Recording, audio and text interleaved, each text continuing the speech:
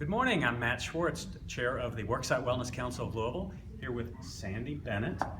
Technically with Sanofi, she is with Sanofi, but today she presented on diabetes, just really not officially from Sanofi, but really gave us some great information. So Sandy, give us a little bit of insight about, the beginning stages. You talked about kind of the state of diabetes, and it really is an epidemic. Right, so really that was the title of the presentation today, Matt, was the epidemic in the workforce with diabetes.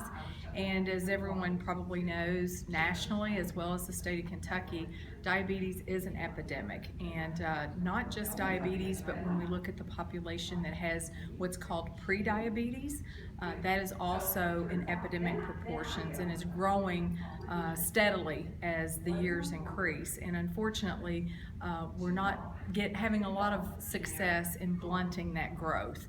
And so the main purpose today was really to bring the level of awareness up with the employers, because obviously this is probably one of their top 2 or 3 costs to employ plans, especially if they're a self-funded plan.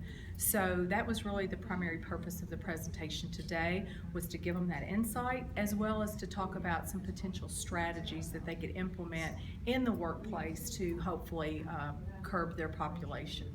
And you talked about prevalence and epidemic. I'll just circle back on some stats that jumped out at me. 1 in 8 people actually have diabetes.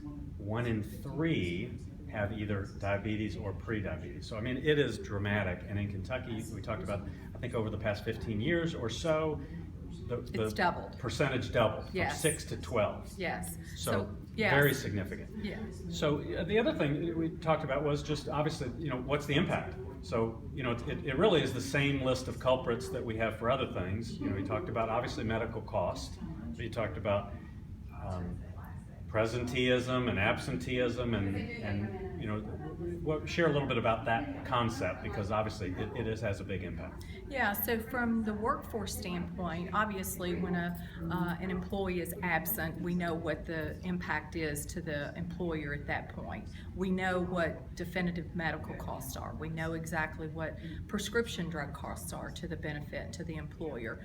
But what oftentimes is more of a hidden cost is that presenteeism. And as I showed in one of the slides, about over 60% of the cost that's associated for an employer to treat diabetes patients or employees is in that presenteeism. So they may be at work, but their productivity level is such that it's really hurting the employer, let alone the impact that it's having on the individual from a health and a mental standpoint.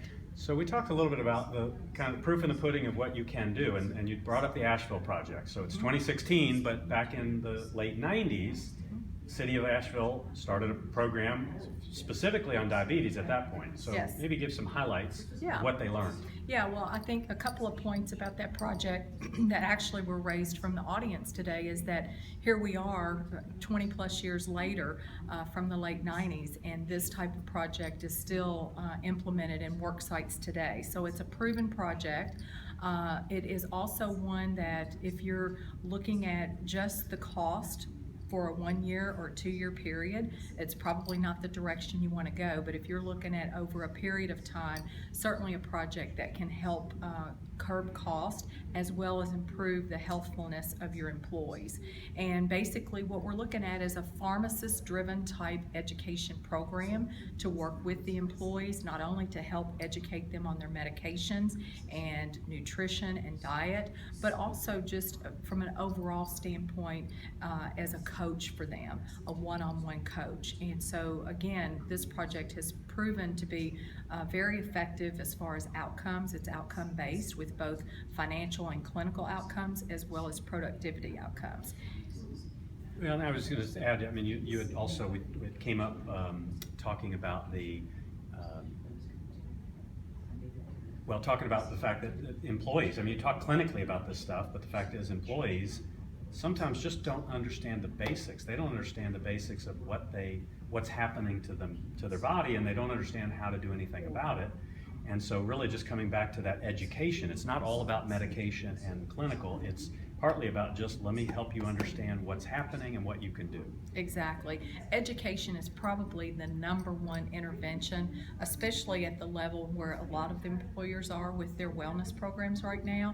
And as we talked earlier about prediabetes, to help prevent prediabetes from becoming diabetes. So the education component is huge. The pharmacist can help with that, but there's also a lot of other strategies and other interventions that can be used by an employer to help with education as well. And then I don't want to dig deep on them just from a time, but we'll link these to on the website. But there was we talked about a bunch of resources. So obviously you've got a lot of the health providers, the health.